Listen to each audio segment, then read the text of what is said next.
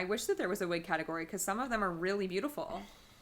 Yeah, I agree. Like wig and makeup design. And then sometimes you see a wig in a non-equity tour and it's really not beautiful.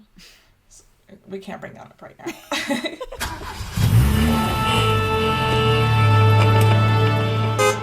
Hi everyone, welcome back to Off to Broadway, the podcast where we deep dive into anything and everything musical theater. I'm Tara.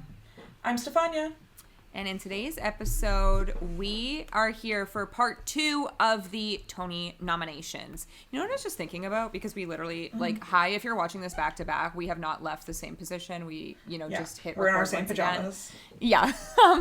But I was just thinking about how, in previous years, we've had such, visceral reactions to nominations because they've been, so left field. We have not had that in, so long. And, that's boring to me. I know. This year is kind of, okay. Well, the thing is, and what we're going to discuss many times in this episode, there were 6 original musicals this year. So, how many surprises could there possibly be when there's... Except for one big one, which we will talk about. Well, but how many surprises could there possibly be when there's only 6 options, you know? No, I know. And then there's, how many revivals? 5? One of which was Mamma Mia. I just think back to, the Paradise Square days when we were, screaming at the computer. Not Paradise Square. Oh, my God. Where is because they got, 13 Tony nominations. Where is the cast recording of Paradise Square? It's being held hostage by Garth Drabinsky still. No one has been paid for the cast recording. So we don't have it. And we'll never get it. No, this season in comparison, especially in comparison to last season, which was, as we said that time, one of the best Broadway seasons in a long time.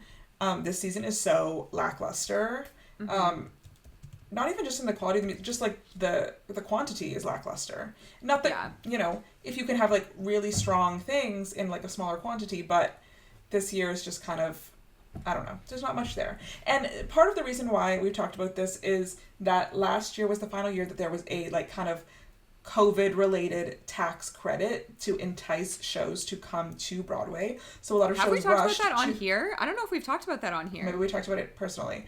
I don't know the exact perfect details of it, but there were tax credits offered to theater in New York City to kind of revive the industry, to kind of help them out a little bit with budget, entice them to returning, so that to hopefully entice tourists, bolster employment in the theater industry. And that credit, the final year for that was last year. So a lot of shows rushed to get in last season, which is why we had a super full season, specifically of musicals last season. So many and you know, if a couple waited, I mean, it also comes down to what theater is available, timing, your cast. Also, it's tricky, but there are shows like last year, Real Women Have Curves, Boop, that were kind of on the fringes last year, I think could have walked away with this year, or at least been serious parts of the conversation this year, whereas last year, were not forgotten, but just on the B list, C list, just because of the strength of the year. But, there's so many different puzzle pieces you put together when you try to bring a show to Broadway that it's hard to predict. But yeah, so that's why I think this year is so lackluster, is because the ending of that program. It's also interesting because, again, just to date stamp this, we're recording this on Thursday, May 7th. The Tony Awards are 1 month from today, June 7th. Wow. And the nominations were on May 5th. But as of today, we have, shows announced for next season. So, things are looking up for next season, and they were just kind of, bleak this season. Yeah, it was bleak. It was pretty bleak. Evita is coming next year. The revivals next year, crazy. Literally. We thought the revivals this year, but the revivals next year are pretty crazy. Anyway, if you're just tuning in, this is part 2 of our Tony nominations. If you want to hear about all of the actors that were nominated, you can go listen to part 1. But in part 2, we are going to talk about some of the, more technical awards. And then we will finish this off with Best Musical, Best New Musical, and Best Musical Revival. Where do we want to start? I think let's start with original score, maybe.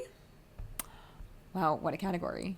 This was the shock, I think, of the Tony nomination. Actually, the shock happened, before the Tony nominations dropped, and that was when the final eligibility ruling came out to say that Schmigadoon would be considered best original score. Now, I would also like to shout Me Out again because I put it on my Way Too Early Tony nominations as a nomination. Did I? Maybe? There aren't just... No, you famously gave it to Beaches. I did famously give it to Beaches. Because you thought that the writers were cute. They are cute. The old people. Yeah. So, I mean, I think the talking point with Schmigadoon is, how is this even deemed eligible as an original score? Mm-hmm. And, you know, so I think the ruling, and again, the thing is, it's kind of up for interpretation, but the ruling is, the standard is that the score has to be substantially new. So, you know, the percentage requirement is apparently around 50%, and you have to, like, fill out an application if you are teetering on the edge of that, and kind of explain, like, what is new, what is not new. From what I understand, Schmigadoon has a lot of new lyrics. So, Cord and Puddin', the song is there, but all the lyrics are new in Cord and Puddin'. So that contributes to the new original score.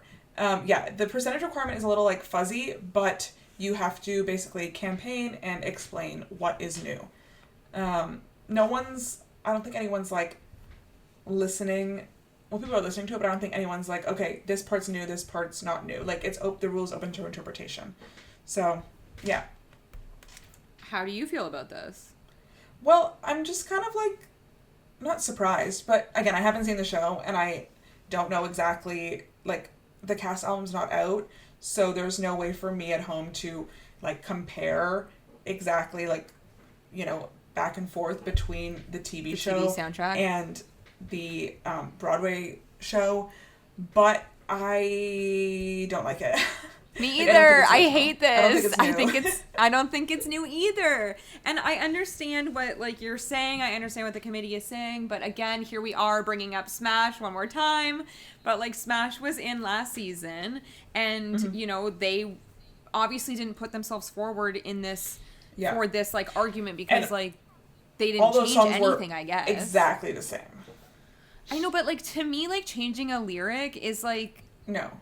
Not it's that... just part of the development process. Yeah, like, I don't know. I think this is... I don't like this. I also think it's, like, so annoying because, like, 2 episodes ago, you and I both, like, I'll never listen to these songs ever again, and, like, here we are. Now we got it. Well, even, we're not in this category yet, but similarly for Schmigadoon, which most people say is kind of just putting the TV series on stage, it's nominated for Best Original Book of a Musical. And it's like, is it? Is it original? I mean, obviously things are structured differently for the stage than for a TV show. But remember all those Reddits that I was reading that it was like, this is shot for shot the exact same thing. Like, if you want to go home and watch this, you can. So, like, that's not to say, like, I don't know. It's just, like, so hard because, like, I understand that it was, you know, originally written for TV, and I know that the goal was, like, always to turn it into a musical, but it just, like, feels a little bending of the rules to me. Yeah, even though it's obviously not, but... Yeah, and you could also say, and I don't know, but there were very few scores even eligible this year, and so I wonder if they're maybe potentially more lenient on a year like this when, you know, the pickings are slim versus, let's say, last year where you had so many options. But you know, they might have been more quick to just be like, no. But to me, this kind of, like, sets the precedent going forward that if you've, like, developed something that has aired somewhere in a different medium, like TV, film, whatever... Like, I don't know, like, I've listened to, during the pandemic, these, like, podcast musicals. Like, is that original? Should something, like, be turned into something? I just think it, like, really opens up a future conversation. And, like, should someone put themselves forward in this in the future and they get denied, it's like, well, what about Schmigadoon? So, like, I think it's, like, a gray area here. I think what would be appreciated is probably just, like, more explanation of exactly why this was deemed eligible to be nominated for Best Original Score. Just because, as audience members, we are kind of, like, in the dark on what exactly led to this decision being made. It's also, like, as soon as that ruling came out, like, a lot of the theater influencers that we follow, like, Theme Park Entertainment Dylan, Theater's Life Kate, like, they were all saying that with this being eligible, like, watch out. This is probably best score. And I'm just like, but I've heard it before. I've been here. I've listened to this previously. Like, I don't know. I think it's like, I just don't love it. All this to say, 2 plays were nominated in the original score category as well. Right. So let's go through those nominations. So for best original score, we have 5 nominations. Of the 5 nominations, only 3 musicals were nominated. The 2 other musicals that were left out here, Titanic is a jukebox, so that doesn't count. But Beaches and The Queen of Versailles, with their original scores, left out. Sorry to Stephen Schwartz, but I'm absolutely not shocked your year. by this. Wow, wait, sorry, but like, what a bad year for Stephen Schwartz. No Wicked 2 love and no Queen of Versailles love. I know, Stephen. I hope you're okay. I do think I like previously said on an episode, like, pack it up, Stephen. So like, sorry. I love that Stephen's still writing. I have not listened to The Queen of Versailles because I don't care. It's been removed from my memory. But I obviously did see Wicked Part 2. And that was also removed from my memory. For those new songs. You didn't like Girl in the Bubble? Girl in the Bubble. There's No Place Like Home. I actually hated that one more, I think. Place like, it was just kind of annoying. Neither of those were winners for me. Stephen Schwartz, I don't know. I want you to keep writing because I do think like there's good stuff to come, but we need to find like new, better inspiration. But do you remember when after I saw The Queen of Versailles, I was like, why is this biblical? A country music score? Takes place in Florida. Anyway, not nominated. Okay, so the shows that were nominated were Arthur Miller's Death of a Salesman, music by Caroline Shaw.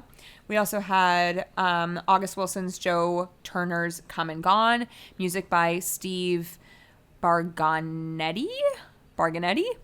Then we have The Lost Boys. This is music and lyrics by The Rescues. Schmigadoon, music and lyrics by Cinco Paul. And then Two Strangers Carry a Cake Across New York, Jim Barn and Kit Buchan. I think that's how you say it. Buchan? Like Tom Buchanan? Daisy Buchanan? Yeah, that's how I would say it. Buchan. Here's the thing. Wow, what if a play wins? What if a play wins? I cannot support this production Death of a Salesman. You know what, though? Can I just say also, I don't know if it was the drama podcast or if it was somebody else that I listened to, but they were like, are we at a place now that we forgot what Scott Rudin did? Because the man received 2 nominations this Tony Awards. Well, he has 2 plays, Little Bear Ridge Road, is that what it's called? And Arthur Miller's Death of a Salesman. We're gonna, like, let's say their names. Starring Laurie Metcalf. Laurie Metcalf is starring in both of these. Joe Mantello is directing both of these productions. It was the drama podcast. It was the drama podcast because they were talking about Joe Mantello specifically, and apparently in a recent interview, Joe Mantello was like, well, everybody deserves second chances. Well, I guess, but do you specifically have to give them? Do you personally have to give them? But also, I'm pretty sure Scott has had more than 2 chances. Oh, yeah. You know who he threw a laptop at a person, please. You know who gets a lot of chances? People who can buy their chances, you know? Yes. It's very upsetting, honestly. Laurie Metcalf gave a quote that was kind of like, well, isn't she kind of like in a weird position right now with him? Well, for Steppenwolf or whatever that's called? Yes, with Steppenwolf. That's what I wanted to read about. Oh no, it's on the New Yorker, but I just got paywalled. Damn it. Okay, I'm going. Yeah, so basically okay, wow, this is like actually like a long part of the article. So, but I'm going to go in. Little Bear Ridge Road was originally commissioned by Steppenwolf, which premiered in Chicago in 2024, starring Metcalf. Scott Rudin offered to bring it to New York as his first Broadway show after the self-imposed exile, but Steppenwolf declined to work with him. They said it didn't feel in alignment with our values and mission that he would come back on Steppenwolf's name. So shout out to Steppenwolf, shout out to Tracy Letts. Someone involved with the theater company told me. Not him, but that's someone said. In a precarious moment where we were rebuilding back from the pandemic, why would we partner with someone who the industry felt really harmed by? We can't be a vehicle for someone to prove that they've changed. When Steppenwolf pressed him on how he'd reformed, the person I spoke to recalled Rudin never made us feel that he had done the work. Shock. So then, Shocker. I know, I'm shocked by this. Laurie Metcalf was open to finding another producer to bring the play to Broadway, but no one materialized. Steppenwolf still refused to part with Scott Rudin, held firm. Laurie Metcalf was distraught. Caught between her longtime theatrical home and her most powerful champion, she took the extraordinary step of threatening to quit Steppenwolf unless it relinquished the rights. The theater, facing the defection of one of its most prominent members, took this as an ultimatum. In the end, Steppenwolf agreed to release the rights, clearing the way for Rudin to make his return to Broadway. When Little Bear arrived in New York last fall, Steppenwolf was acknowledged in a note in the playbill, but the names above the title were Scott Rudin and Barry Diller. Critically admired, but commercially disappointing, it closed 8 weeks early. Okay, now here's where it gets interesting. I asked Metcalf about her standoff with Steppenwolf. She says, I can't really go into that because that's something I haven't even figured out for myself, my relationship back there, she said, tearing up. She has not been involved in Steppenwolf's current season, its 50th. I want my own celebration of that, and I want to celebrate it with some of the old guard, she went on, crying as she folded up the notebook paper. I want to go back in time, and I want to be brave with the people who taught me to be brave. I don't want to worry if something is not PC, not to trigger people, just to be daring, controversial if it wants to be. Back then, we didn't have to be so scared that we were going to step on somebody's toes and get brought down. We won't call it the 50th, we'll call it something else. It'll be like getting the band back together just for one tour. So basically, like, they're like you in can have full the support play. of Scott Rudin is what this sounds Right. like. She's like, Steppenwolf was like, you can have the play, but like keep us out of it. We won't be involved. And like this was where we part ways. And I think that's upset her. But it's also like, yeah, why would she's like you know you have to be daring, not be so afraid of being PC. Okay, maybe it just doesn't align with their own values. Like with the other members' values. It's an awkward thing. Anyway, now we've really gone on Scott Rudin here for a second. Well, I'm also just like, Laurie Metcalf, why are you doubling down on Scott Rudin? But also like, here she is with a Tony nomination again. So that's why. That's why she does this. I guess. And it clearly, you know, Little Bear Ridge Road, well, closed early, but Death of a Salesman, which I've actually heard is This is a like good. darling this season for the plays, I've heard. It also got a lot of nominations. Yeah, yes, it did. It did. Nathan Lane also. Like, what are we doing? But yes, Little Bear Ridge Road, I think, only got the one nomination for Best Original Play, but Death of a Salesman has 1, 2, 3, 9, I think. 4, 5, 6, 7, 8 maybe? Okay, a lot of nominations. So clearly the nominating committee isn't bothered by this. But yeah, and I don't know where you draw the line. Like if Nathan Lane is giving an exceptional performance, if, you know, Caroline Shaw wrote an exceptional score, like where do you make the point? I don't know. I know.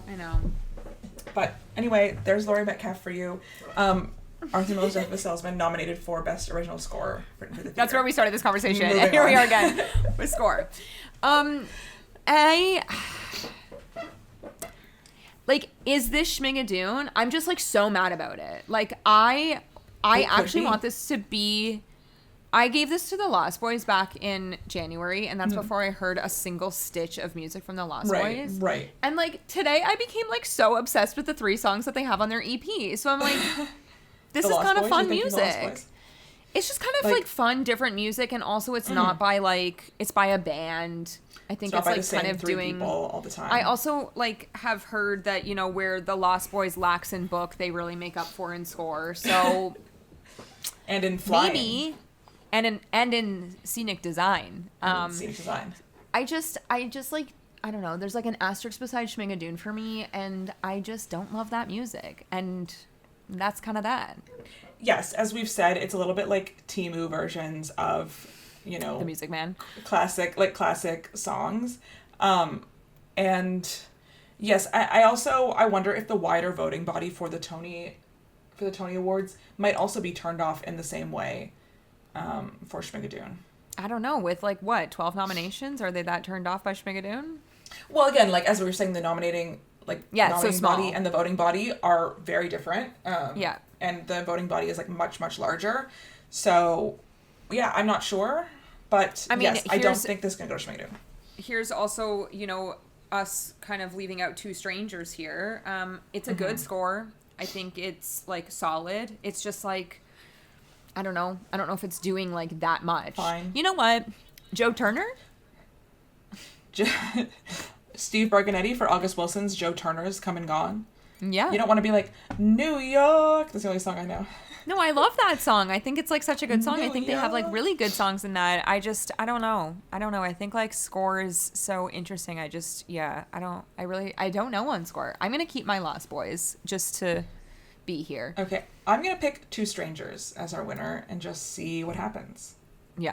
It's also hard because like we don't really know what's going to, be in that best musical spot. So that kind of could lay out the line for everything else going on here. But for now, let's stick with that. Orchestrations to keep it in the same sure category here. Yeah. Okay, so for best orchestrations, we have Doug Besterman and Mike Morris for Schmigadoon. We have Ethan Pop, Adrian A.G. Gonzalez, Gabriel Mann, Kyler England for The Lost Boys. We have Lux Pyramid. What a name. For Two Strangers Carry a Cake Across New York. We have Andrew Lloyd Webber, David Wilson, Trevor Holder, and Doug Schatt for Cats, the Jellicle Ball. And then we have Brandon Yusufer for Chess. My thoughts on this is a 2-horse race for me. And I think it's Cats versus Chess. Because revivals are always so much more interesting to me orchestration-wise than original musicals because they actually are like doing something different. Well, you have like a comparison point too, like of what they've actually done that's made it different from before. With The Lost Boys, it's hard to see the work of the orchestrations because it's like, this is what it's always sounded like to me. Right. After seeing Chess, that was like the one thing that really stuck out to me was the reorchestrations of this musical. The cast recording sounds like really good. The overture really good on this. I would say like my favorite on here is Endgame, but like the real answer here is that this is Andrew Lloyd Webber once again. I think. Not again. Cats, the Jellicle Ball. The man is doing the most in the right way. Like, he is not afraid. We've given him his flowers before, but like here I am giving the flowers again.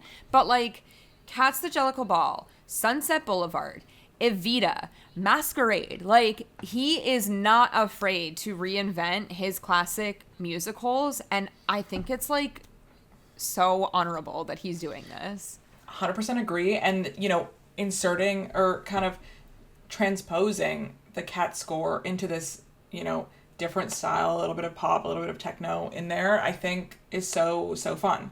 The clips I'm with you on Cats. Using on social media, you can really hear the difference in like the orchestrations. It's really fun. I think about those Sunset Boulevard orchestrations like every day. Like the best. So I just like, I don't know, I like really appreciate how he's letting this stuff, evolve. Yeah. No, 100%. That man will never die. We will be thinking about him forever, and he is going to make us think about him forever. I'm thinking about the Phantom in Sydney, Australia, like obsessed. On the water.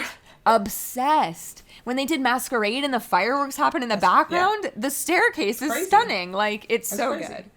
I think there's like a Love Never Dies, like, concert coming up soon because it's an anniversary year. Like, his name is just like always here. So I think Cats is like fun for this. So I'd like to see. Yeah, I agree. I think that happen. I agree.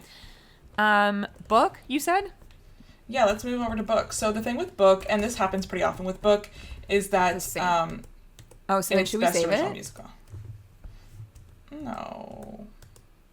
You'll hear us talk about. Do we want to like run through choreography or whatever first? Or no, do we want? Yeah, maybe let's do choreography like some of the technical quickly. Categories. Let's do lighting because there's one thing I want to say there. Then maybe we do direction, then book, then those. Yeah. Okay, choreo. Okay, take us through the choreography noms. We've got Christopher Catelli for Schmigadoon. We've got Eleanor Scott for Ragtime. We've got Ani Taj for Richard O'Brien's The Rocky Horror Show. Okay, what is with this trend of like putting the names? Okay. Omari Wiles and Arturo Lyons for Cats, the Jellicle Ball. And Lauren Yolongo Grant and Christopher Cree Grant, The Lost Boys. So it's not The Lost Boys. So, yeah, I was going to say that's maybe, well, there's a few here. Okay, I'm going to rule out Ragtime. I think Ragtime is a no. Even though I love Eleanor Scott. I'm also going to rule out Richard O'Brien's The Rocky Horror Show. We're not time warping the way that we want to be time warping. Well, no, we're cutting it. Okay, next I'm gonna cut the Lost Boys here. Although I again, think there is some fight choreography.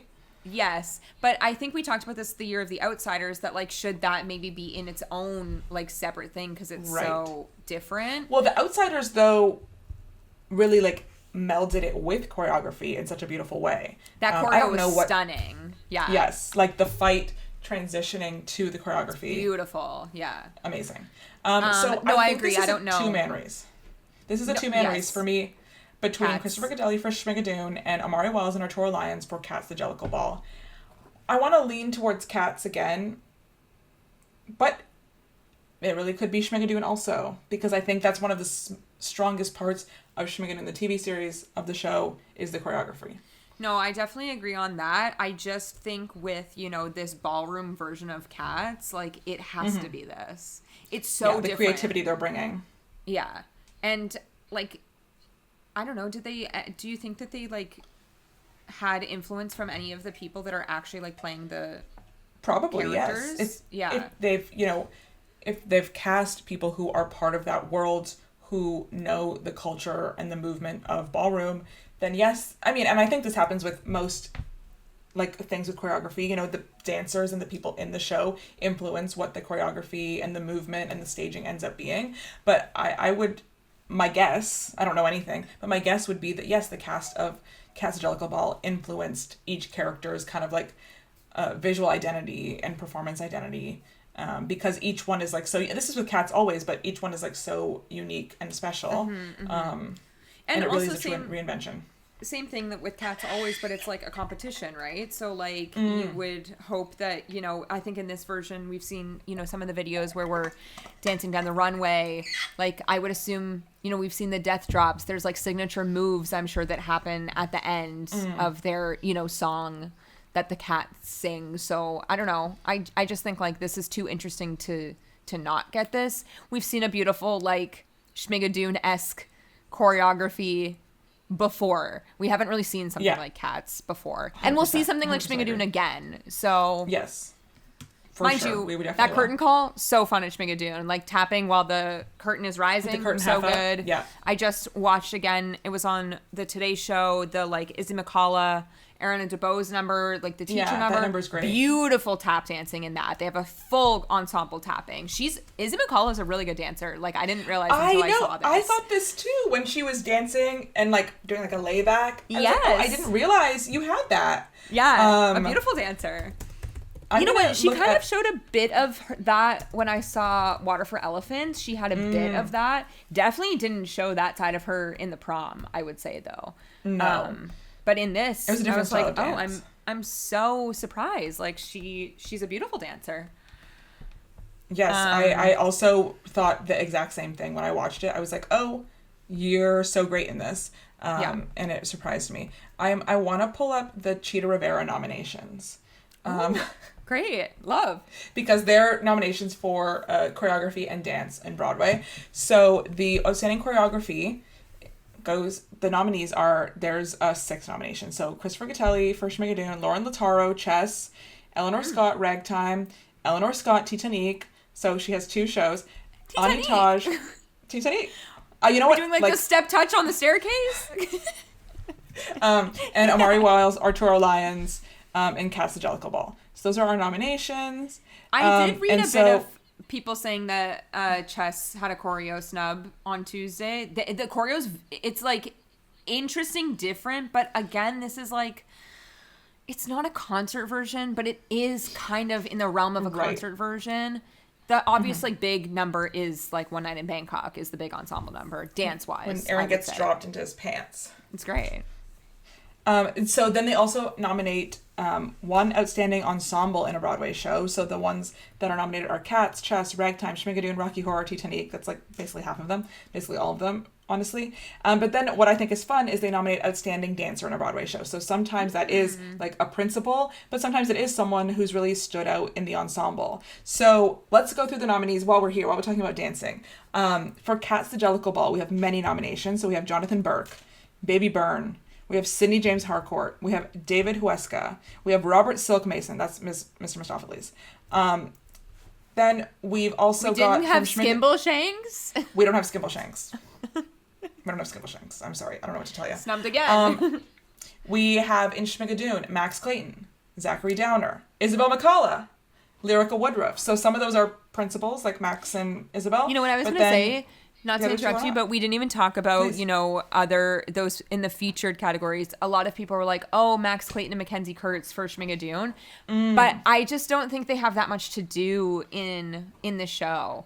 From, like, based on the TV show. And Izzy McCullough also. And Isabel they have, like, McCullough one number each. Everyone's got, like, one song. But, like... Yeah.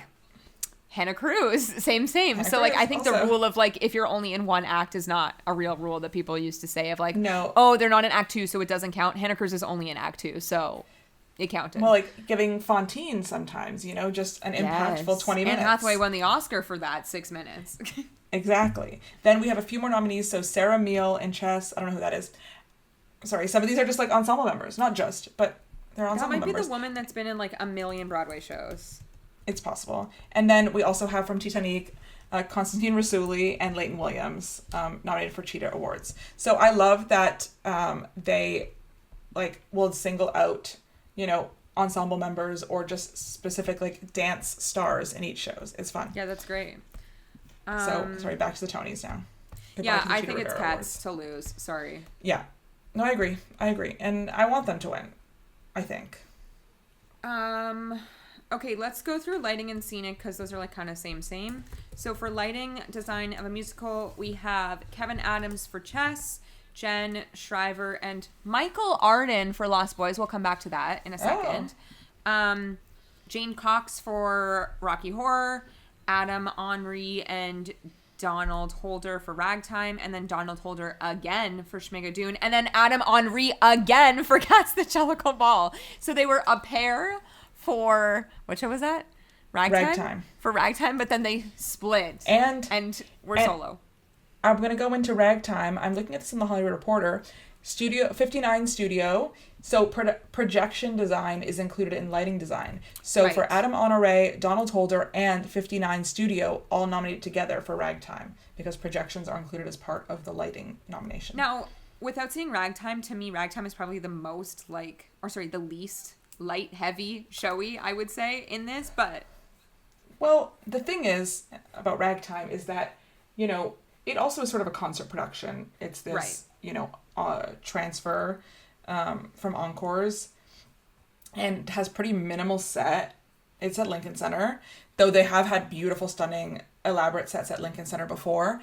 This is not one of them. And so I think the lighting and the projection are doing basically all of the work in this show. Someone described it as a screensaver. So no. That's horrible. Yeah, it is kind of like a cave in there, and so if you're not filling it in some way, it is a little bit. It is tricky, but also notable 6 nominees, which means there was a tie. Right. Oh, interesting. Just based on the one that I've seen, Chess has a really fun like rectangular light that moves up and down for, you know, dramatic moments. During Endgame is the most insane lighting. The entire ring turns green, comes down slowly on top of Nicholas Christopher, while the ensemble is also inside of the rectangle.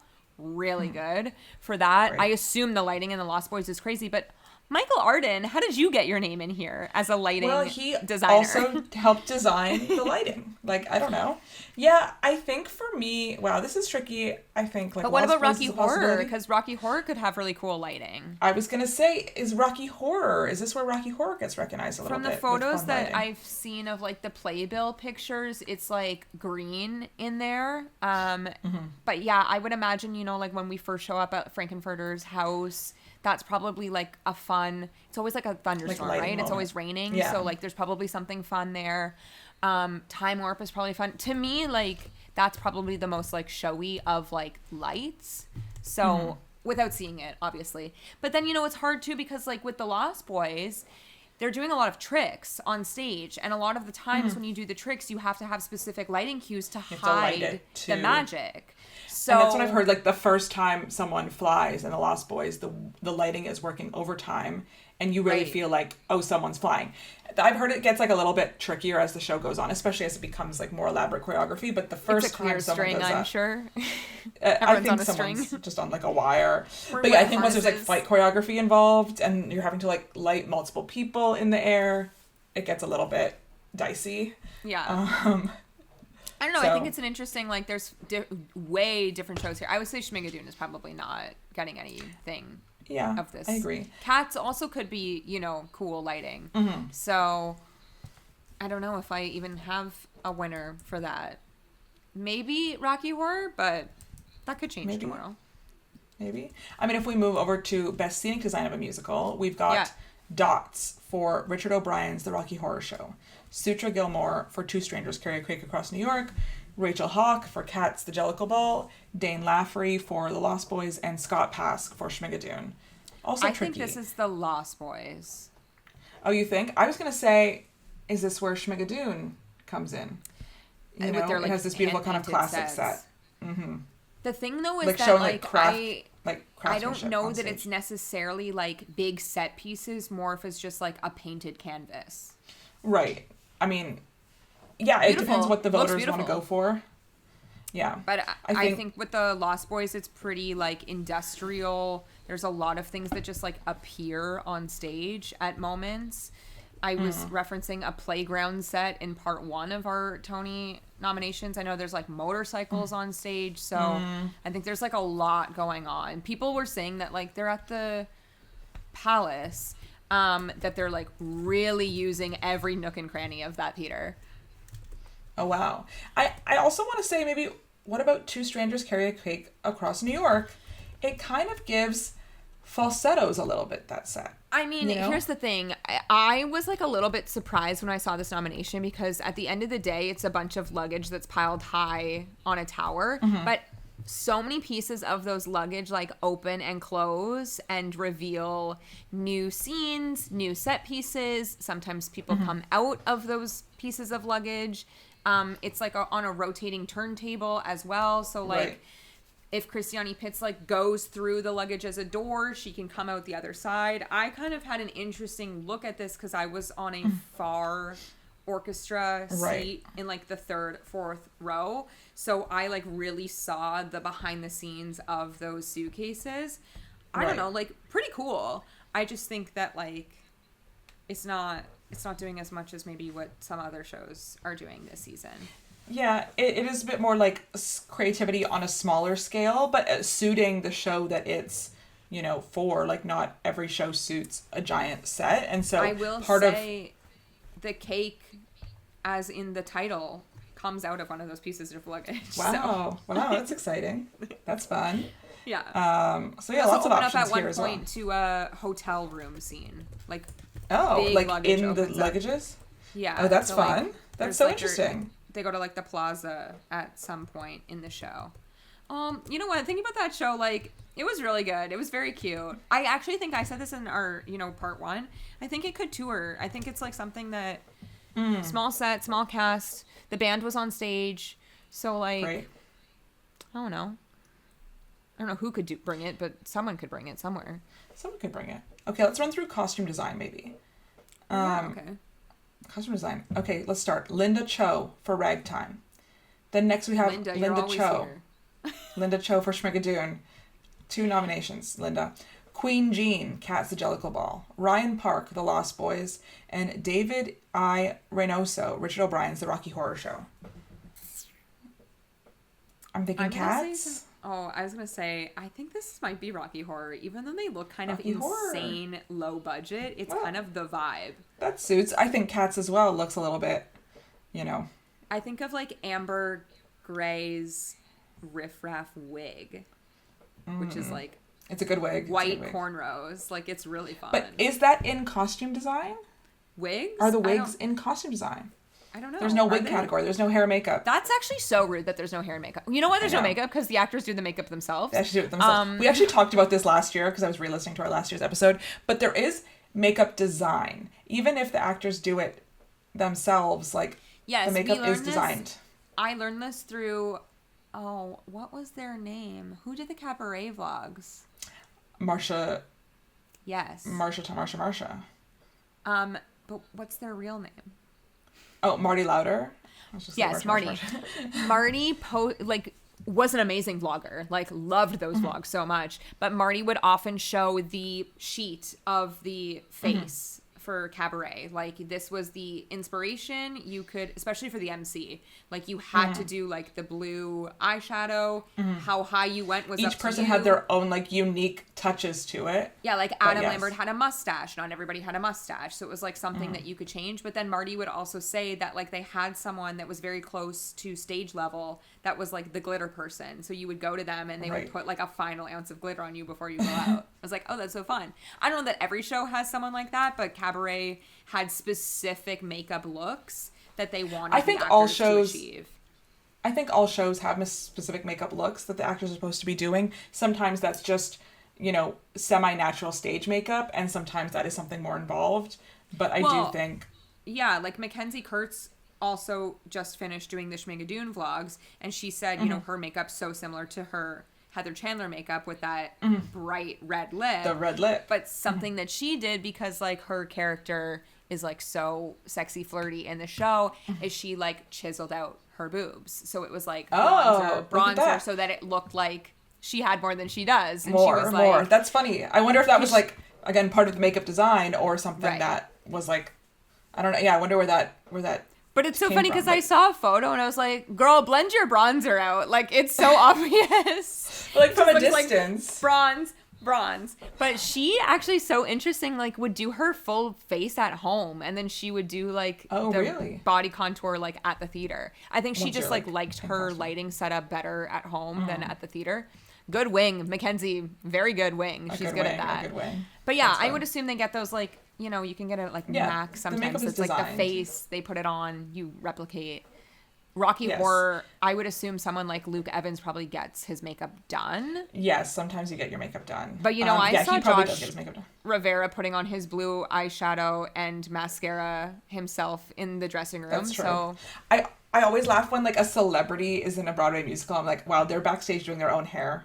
Not their hair. They're doing their own makeup every night. They're doing their own little pin curls probably. And they're going in. I love that. I feel like it like humbles the celebrities. It's my favorite thing. Yeah, it's like it's part of like the theater community, the part of the theater like theatrical experience.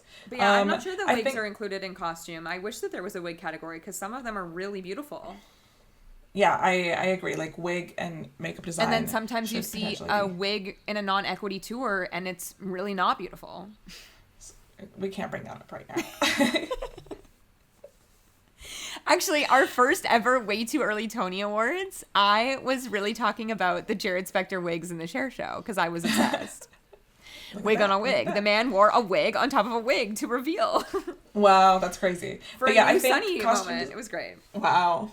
Okay, I think for costume design, it is going to be Queen Jean for Kat Sajal. That's how I feel. You're probably right on that, but I do like those Rocky Horror, like grungy costumes. I'm just Direction? scrolling through all the musicals. Yeah, we can do Direction. We can do Direction. We skipped over sound design, but like I don't care. That's okay. Sorry to the sound designers. Best direction of a musical. Here we go. So this was one that we actually did do the nominations for at Way Too Early. Oh yeah, compare. What do you have? I got the only one that I got wrong was Sam Pinkelton. It was I didn't give it to Tim Jackson for Two Strangers. I picked Sam Pinkelton for Rocky Horror. So I did pick Tim Jackson, but I also picked Sam Pinkelton. Who I missed was Christopher Gattelli for Schmigadoon. How dare you? I know. Okay, so our nominees are Michael Arden for The Lost Boys, Lear de Bessonet for Ragtime, Christopher Gattelli for Schmigadoon, Tim Jackson for Two Strangers Carry a Cake Across New York, Xylon Livingston and Bill Rauch for Cats. That's the winner. I think Cats. It is transformative, right? So yes, I'm with you on that. I just don't think that anything else here. I mean, like Ragtime could be, I guess. I don't know. Like this will perfectly lead us into our next two categories. People are not crazy about this production of Ragtime, and I think, Lear de Bessonet, she has been nominated before, but like, are people crazy about her direction? What about Christopher Catelli, though? Like, is this a Schmigadoon sweep? For Schmigadoon? No. I also But I can see them potentially splitting choreography and director and giving Schmigadoon choreography and then director giving it to Cats. That's a possibility also. Maybe. But yeah, I voted for Cats back in January, and I'll hold that vote in May. I'm with that. What did I pick? Probably Cats also. I think you did. I did. So there we go. Okay, well that leads us then to our final two categories. Well, sorry, we have to do Best Book. Well, Best Book is like... Oh, sorry. Okay, well, let's do Best Revival first. Because Give it to us. As always. So for Best Revival of a Musical, there are 3 nominees. And they are Cats the Jellicle Ball, Ragtime, and Richard O'Brien's The Rocky Horror Show.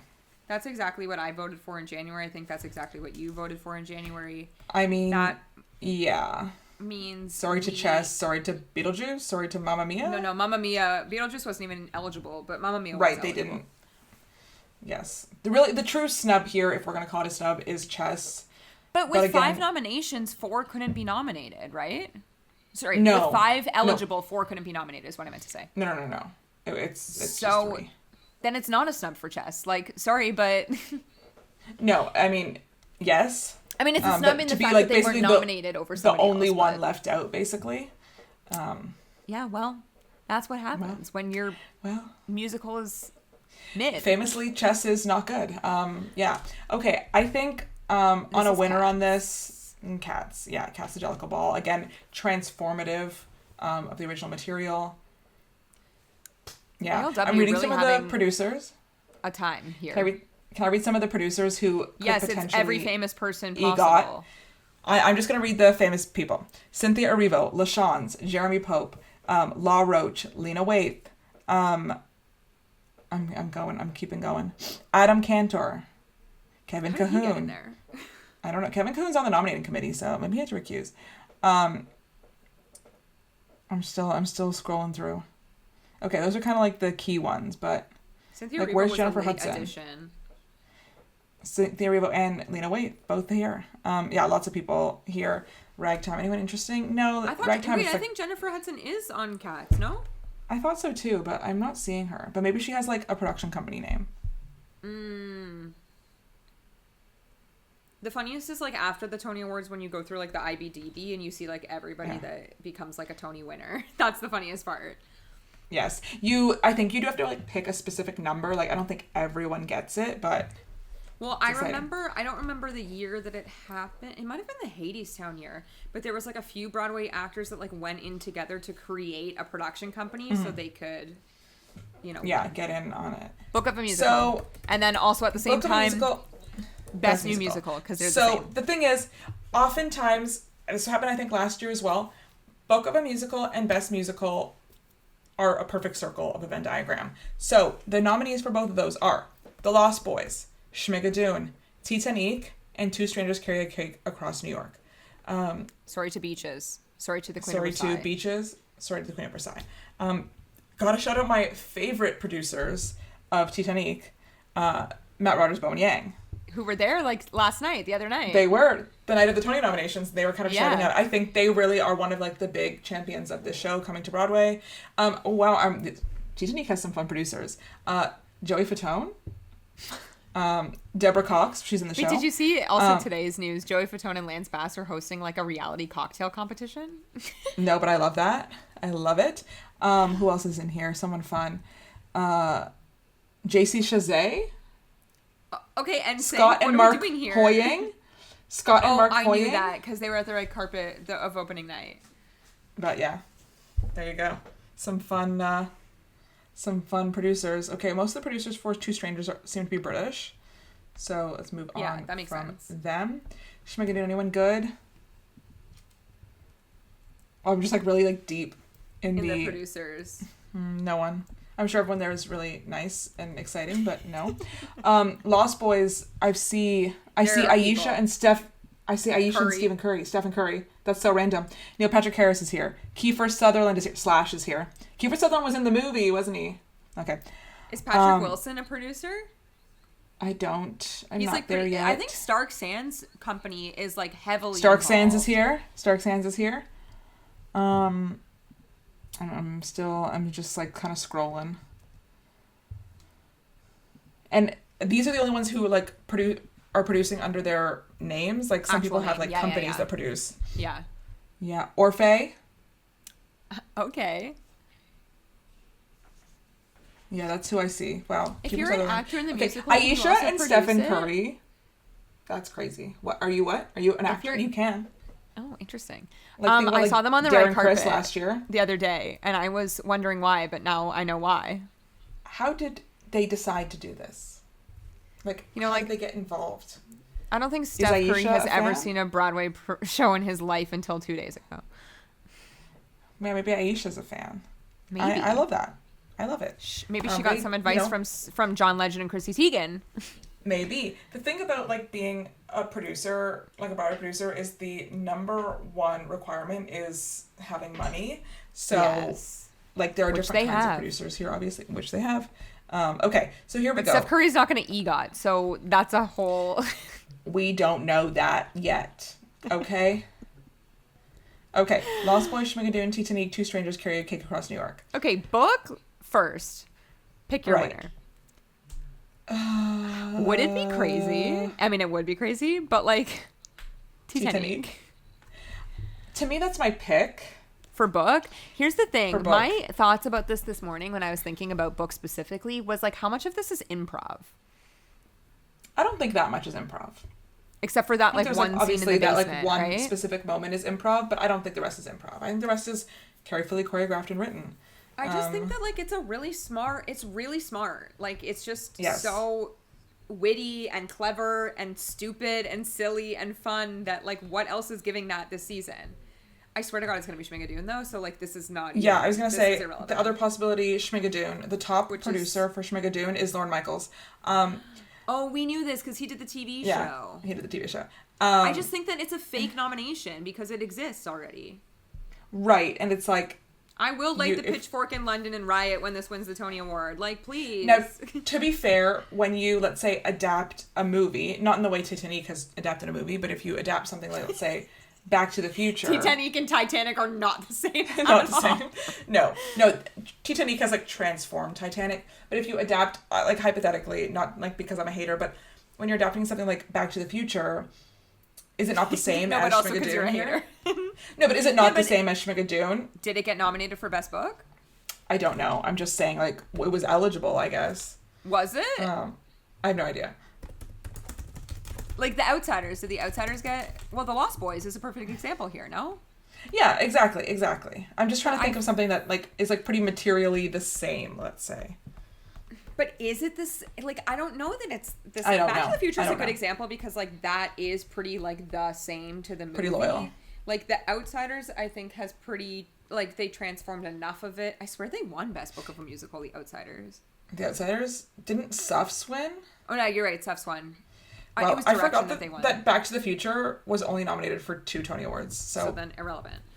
Like it's a good comparison, except for I do think that they like change it enough. Like they're writing new original songs for this. I don't know. It's so hard to say. No, but book has nothing to do with the songs. Yeah, I don't know.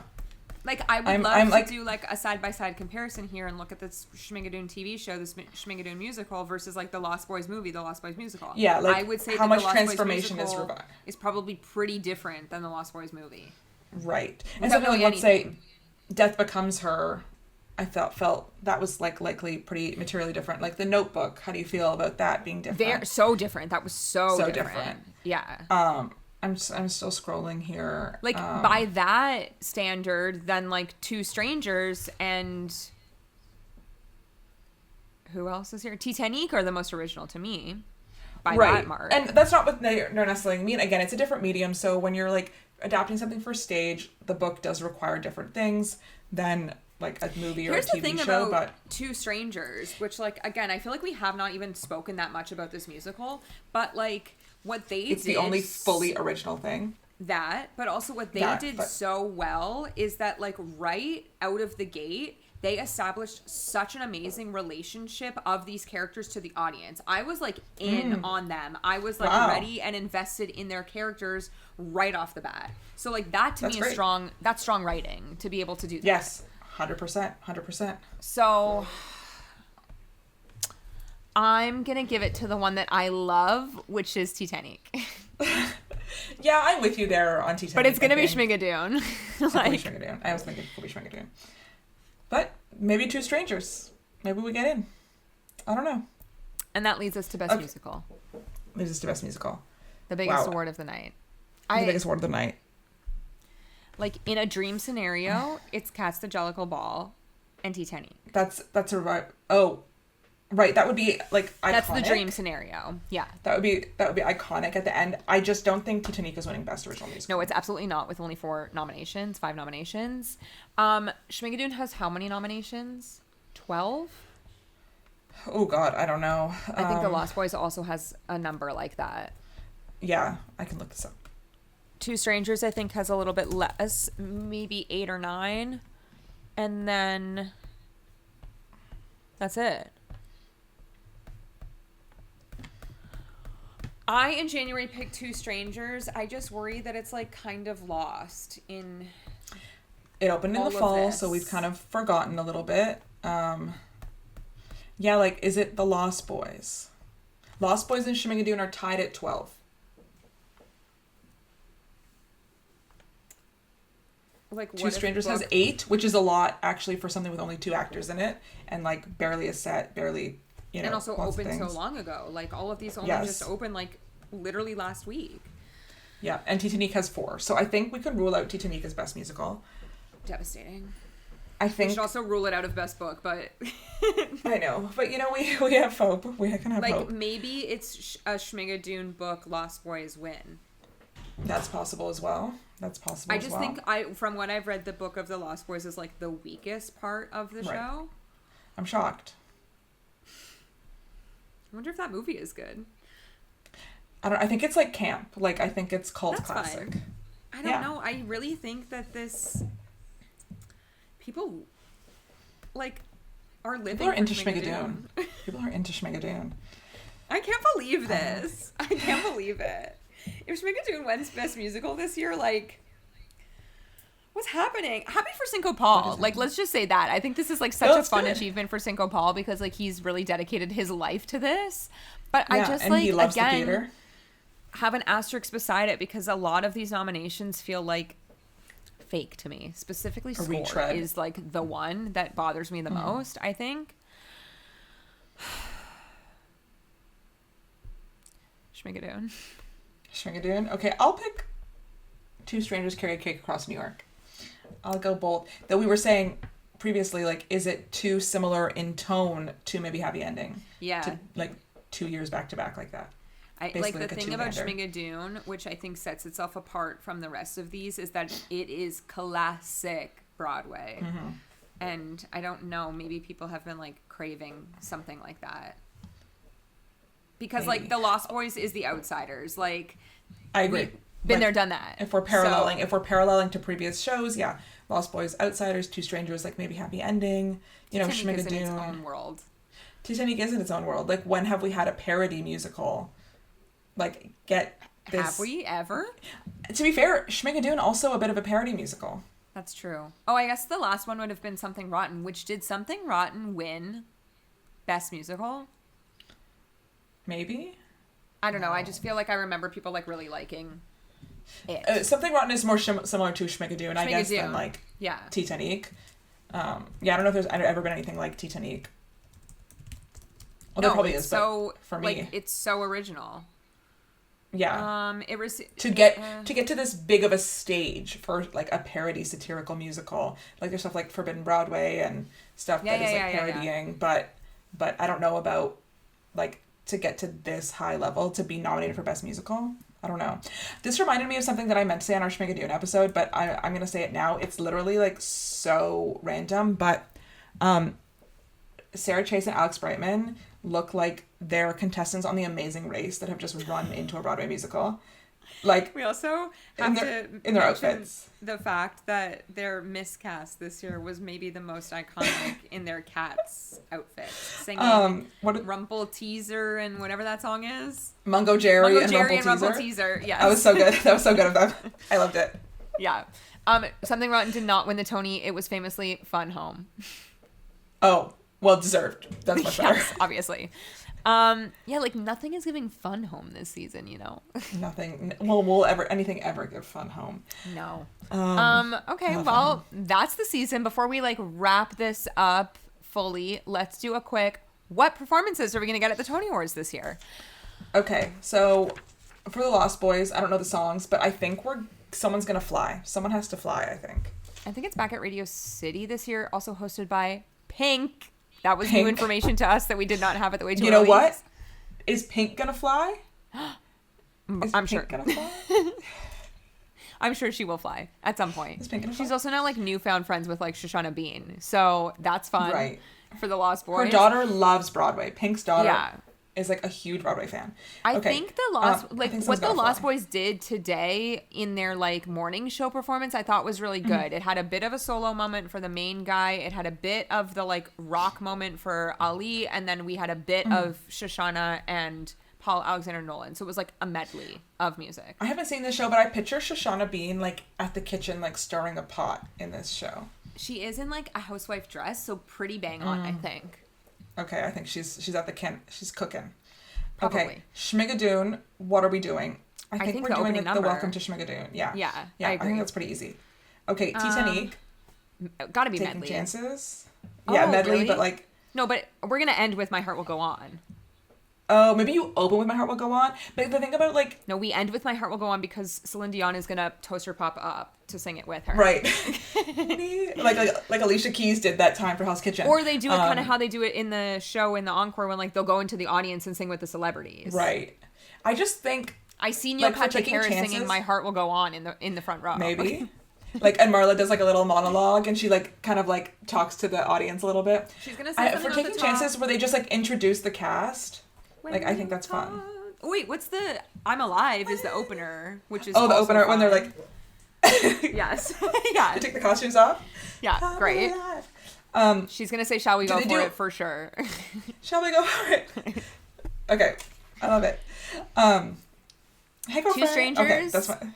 New York. Yeah, I think so. But then also like maybe a bit of another. Maybe they'll do a little bit of a medley because there's like there's so many songs like with the two of them. Who else here? Okay. Ragtime, I think, should do exactly what they did on. Which is what's that song called? Is it called like the people call it Ragtime or just Ragtime? I think it's called Ragtime. Ragtime. When they're like. Okay, so I'm obsessed with the opening when they're like in like the three circles and they're like kind of circling each other, and then when they're like all in like the lines, and then they're just like, there was a they didn't do Ragtime at the Tiny Desk. They did the song that's like features Josh Henry. Well, they did many songs, but the one that they opened with the full cast was Josh Henry's like, Sarah, my love, you know what? They might do Ragtime and then lead into like Wheels of a Dream for Josh Henry a little bit. Right. Maybe. That's possible. Okay, Rocky Horror. I think we do a medley, but we end with Time Warp. We gotta end with Time Warp. But I think we do for sure. This is where Neil Patrick Harris is time warping. Where Neil Patrick Harris is like just like always in the front row. But I think Steph Curry and Aisha Curry are doing the time warp. But what's the like other like Sweet Transvestite is the other like main song. But the thing is, they just did it right on the Tonight Show, so maybe they're like saving Time Warp to do at the Tonys. Hopatootie, bless my soul. Yeah, I think they do like a little medley, but they close with for Time Warp. Wow, the revivals are like so much more fun for performances. So much better. Okay, Cats the Jellicle Ball. I think they do Jellicle Cats. Yeah, they did do it on the Today Show, but yes. The other option is like Skimbleshanks, the Railway Cat. Does Old Deuteronomy sing? I don't know. Because I was like, are they? Like, yes? Do they want like an Andre de Shields moment?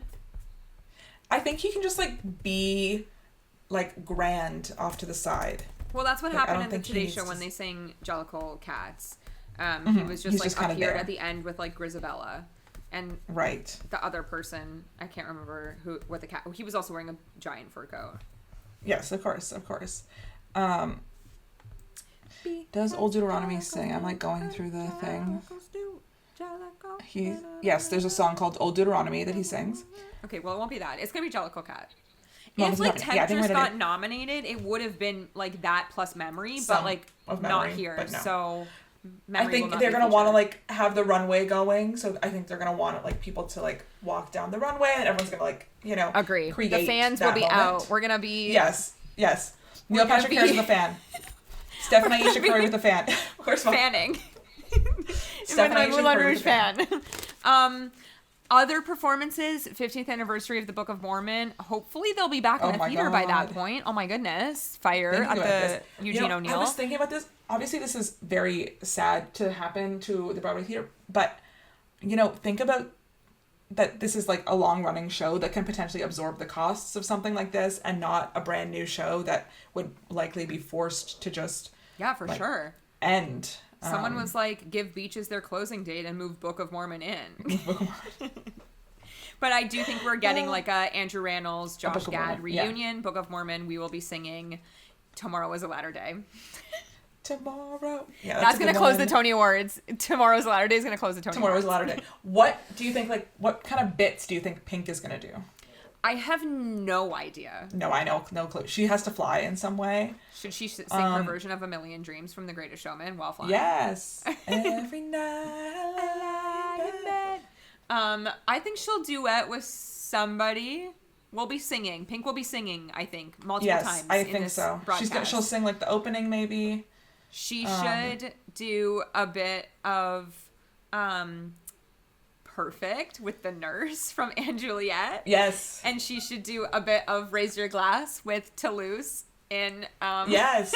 Moulin Rouge. I think she should acknowledge that like her music is on Broadway. I think that's fun. Broadway Ben, when Pink was first announced, everyone was like, sorry, excuse me, for the Tony Awards? But then Broadway Ben was like, who else but Pink has 2 songs in 2 different Broadway shows this season. Katy Perry. Not this season, but just like, oh, you're so right.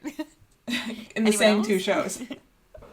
There's a time like Britney Spears had a bunch, or like Tina Turner had what's it called? Stuff. What was that show called? Once Upon a One More Time. Once Upon a One More Time. So Moulin Rouge is really like the warhorse of this, and then you need to have another show. But you could also, I guess, like & Juliet's also a pretty good pick. What about performances for like the individuals that were nominated but not the show? Like, are we getting a Nicholas Christopher performance? Are we getting a... Right. I don't even know who else here. Really just him. I guess chess in general. They got 3 acting nominees here. Do they get a performance? Right. I'm going to the choreography sometimes to see, because sometimes they'll like... They didn't get a nomination for that either. No, everyone else was nominated. Are we going to get, surprise Jessica Vosk win Beneath My Wings? No. Well, you know what? We've had AirPods die. We're now on wired headphones. We've now summed up, our 2 parts of the Tony Awards, because it is 11 p.m. on a Thursday night. So this is it. We will not be doing a Tony episode because we won't be watching them and we won't be here. Well, we won't be watching them live. We will definitely be like keeping up, but we will not be watching them live. We're going to wake up. This is like one time I was on vacation during the Oscars. I was in Iceland. And I didn't get to watch the Oscars, and it was the year of the La La Land Moonlight mix-up, so I didn't even watch it live. No, I said, I don't even know if it was in this part or in the first part. Like, I'll turn it on for us. We'll fall asleep to at 1 it, is what I think is going to happen. Yeah. Yeah, probably.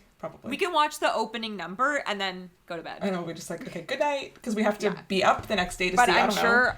The I'll Devil Wears be Prada at like 9 p.m. So maybe we'll like take a nap and wake up. Maybe. Honestly, maybe we'll be like so jet lagged that we'll just like revive. Yeah. I don't know the last time I've missed a Tony Awards. It's been a long time. No, I know. Crazy. We're not missing them. We're just going to watch them at a different time. Yeah, exactly. So yeah, that is, our reactions, the breakdown of the 2025-2026 Tony nominations. The Tonys are on June 7th at Radio City Music Hall, I believe, hosted by Pink. So What a weird year that we are wrapping up in 1 month for this season. And yeah, we'll see kind of like what happens between now and the Tony Awards, post-Tony Awards. Like, Beaches, I don't think you'll survive, is what I'm saying. I don't think you're going to make it. Anyway, if you want to go back and listen to part 1 of the Tony nominations, you can do that along with listen to any of our other episodes by subscribing to our podcast wherever you listen to podcasts. You can also watch us on YouTube. Don't forget to subscribe and leave us a comment. And you can follow us on Instagram at Off2BOA Podcast with a number 2, and on TikTok at Off to Broadway. And in our next episode, we are finally reviewing Kinky Boots. So stay tuned for that. That is like part of the origin of Steph and mine's friendship. So yes, we will be going into Kinky Boots finally. So stay tuned for that. And we will see you guys next time. Bye.